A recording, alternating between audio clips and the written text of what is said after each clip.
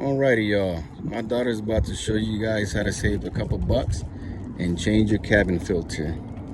I'm gonna let her do everything. I'm not even gonna touch. I'm just gonna record. Okay, so I already went ahead and took everything out of here because it was gonna fall out. So then what you're gonna do is you're gonna come over here and like twist these things off. Oh my gosh. Oh, there it is.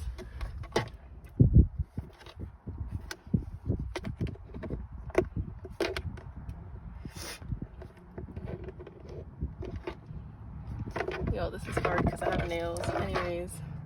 And then there's a piece over here that we're just gonna, you want me to show it? Here, there's a piece right here that we're just gonna pinch, and then it's gonna like fall down even further.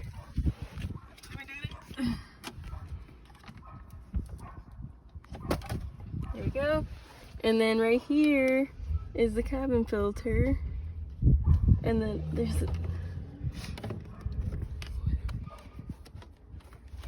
oh my god.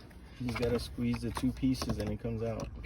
You can't do it with nails. I can't do it with nails. They're not go. even that long, that's the problem. Okay, so then this little piece comes out and then the filter is just right here.